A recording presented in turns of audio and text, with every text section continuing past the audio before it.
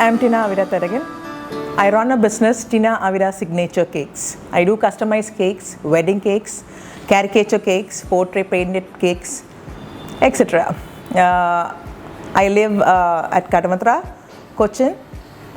We do cakes and deliver it to different districts also.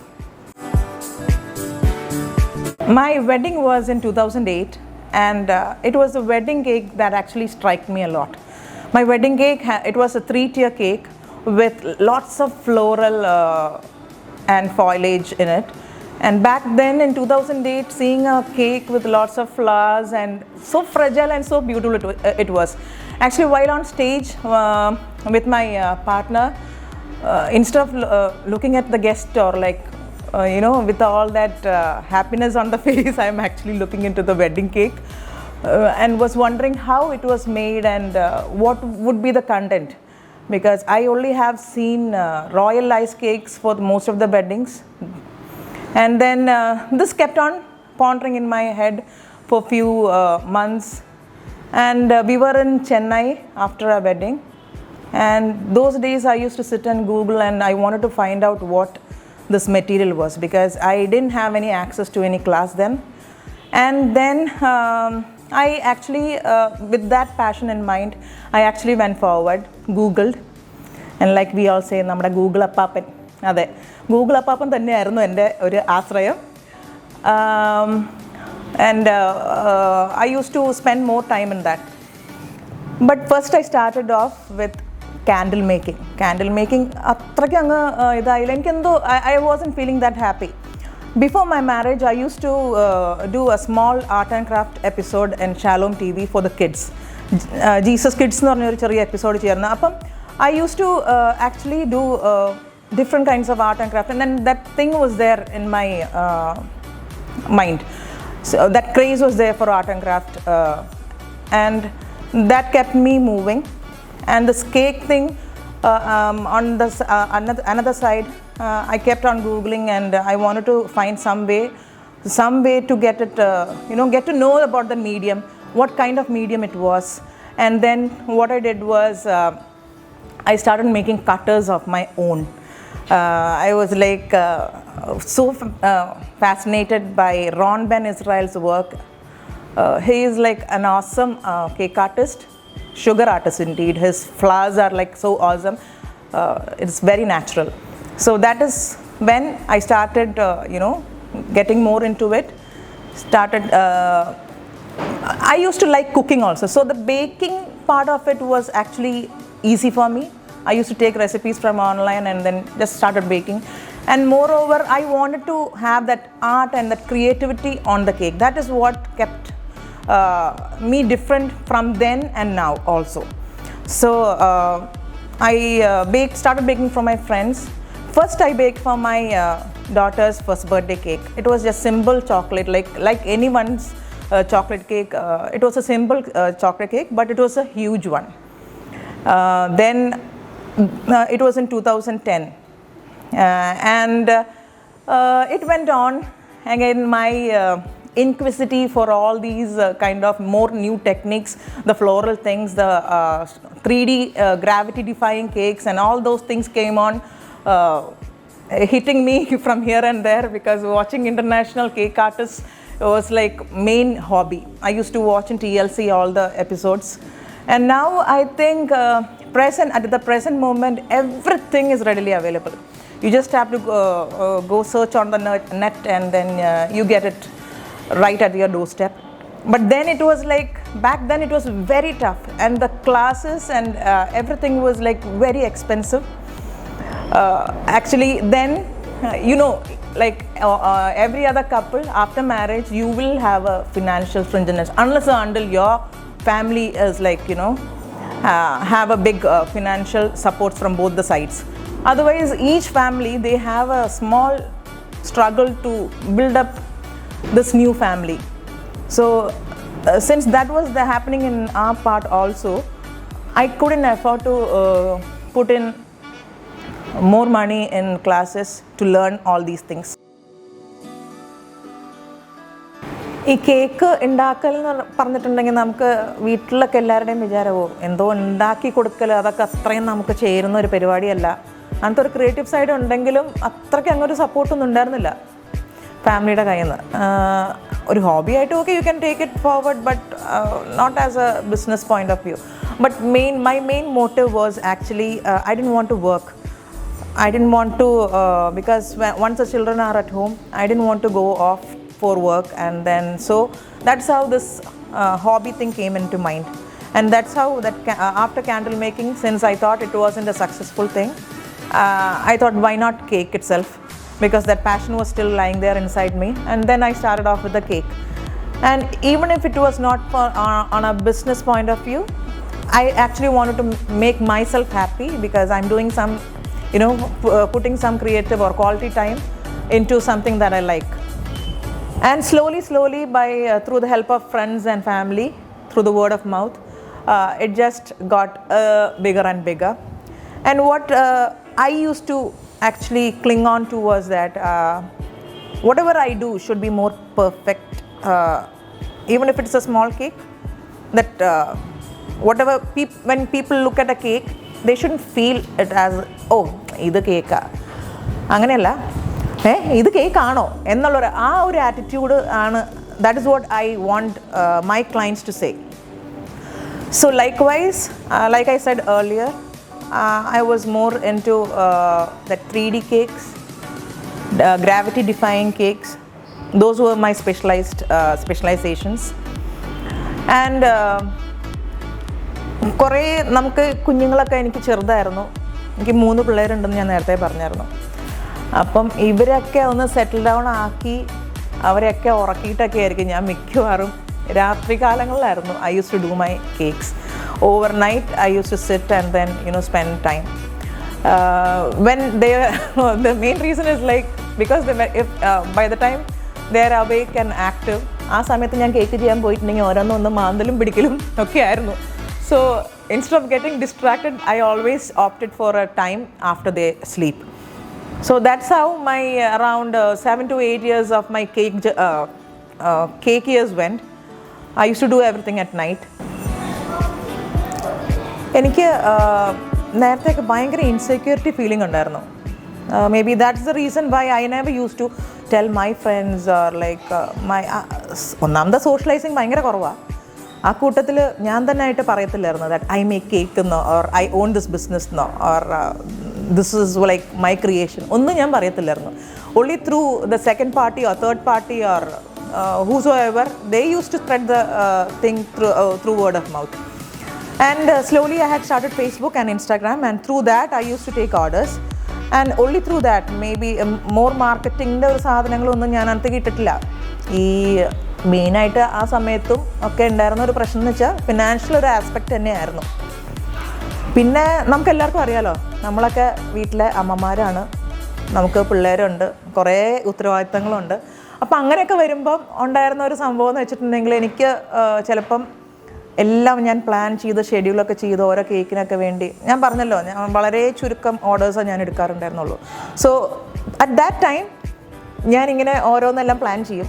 അങ്ങനെയൊക്കെ ഇരിക്കുമ്പോഴായിരിക്കും ചിലപ്പോൾ എൻ്റെ മക്കൾക്ക് വയ്യാതെ വരണതോ അതല്ലെങ്കിൽ ചിലപ്പോൾ ഗസ്റ്റ് അൺപ്രഡിക്റ്റബിളായിട്ട് കയറി വരും. അങ്ങനത്തെ ഒക്കെ കുറേ ഇഷ്യൂസ് ഉണ്ടാവും. അപ്പോഴൊക്കെ എന്താ, രാത്രിയാണ് എൻ്റെ സമയം.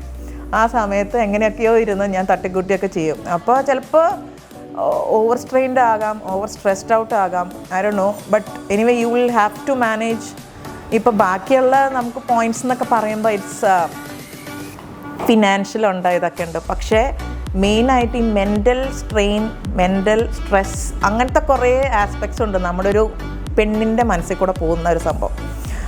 ആ ഒരു ഇതിനൊക്കെ ഒരു സപ്പോർട്ട് കിട്ടുക എന്ന് പറയുന്ന ഭയങ്കര ഒരു കാര്യം തന്നെയാണ്. ആദ്യത്തെ നാളിലൊക്കെ I use to actually have a little bit of struggle. But later on എനിക്ക് എൻ്റെ ഹസ്ബൻഡൊക്കെ ആണെങ്കിലും ഭയങ്കര സപ്പോർട്ടീവ് ആയിരുന്നു ഈ ഒരു കാര്യത്തിൽ.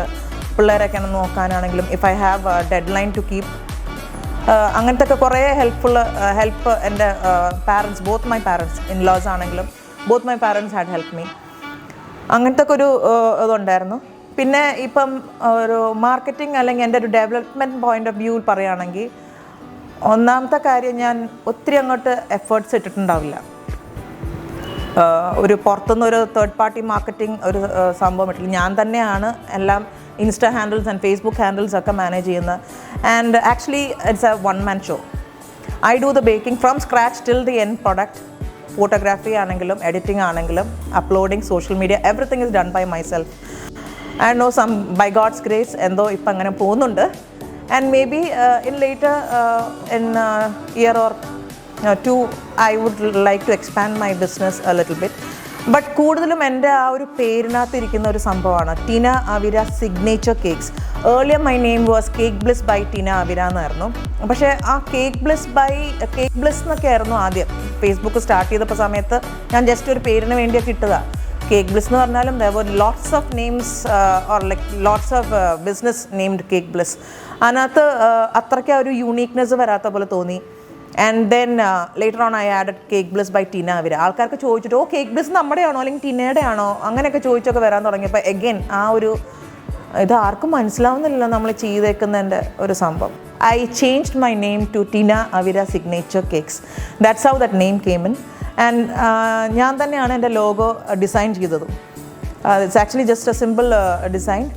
അപ്പം ആ ഒരു സിഗ്നേച്ചർ ഇഫക്റ്റ്, ആ ഒരു നമ്മുടെ എല്ലാ കേക്കിലും ഇപ്പോഴും നമ്മുടെ ക്ലയൻസ് പറയുന്ന ഒരു കാര്യം എന്ന് വെച്ചാൽ ആ ഒരു സിഗ്നേച്ചർ ഫീൽ നമുക്ക് ഉണ്ട് ഓരോരോ കേക്കിലും. പിന്നെ there are certain clients who wants to stick on to certain ഒരു പെർട്ടിക്കുലർ കേക്ക് തന്ന് അതന്നെ ഡിറ്റോ റെപ്ലിക്ക ഉണ്ടാക്കി കൊടുക്കുന്ന ആ ഒരു സിറ്റുവേഷൻസൊക്കെ ഉണ്ട്. ബട്ട് അതല്ലാതെ when options come up to me where you have to do something unique for us or you have to do something different for us എന്നൊക്കെ പറഞ്ഞ് വരുന്നതൊക്കെ നമുക്കൊരു വെറൈറ്റി ആയിട്ട് ചെയ്ത് കൊടുക്കാൻ പറ്റുന്നുണ്ട്. And clients are actually happy also. And ആ ഒരു സംഭവം ഞാൻ തന്നെ ഇരുന്നാലല്ലേ അത് ആ ഒരു സിഗ്നേച്ചർ ഇഫക്റ്റ് വരത്തുള്ളൂ.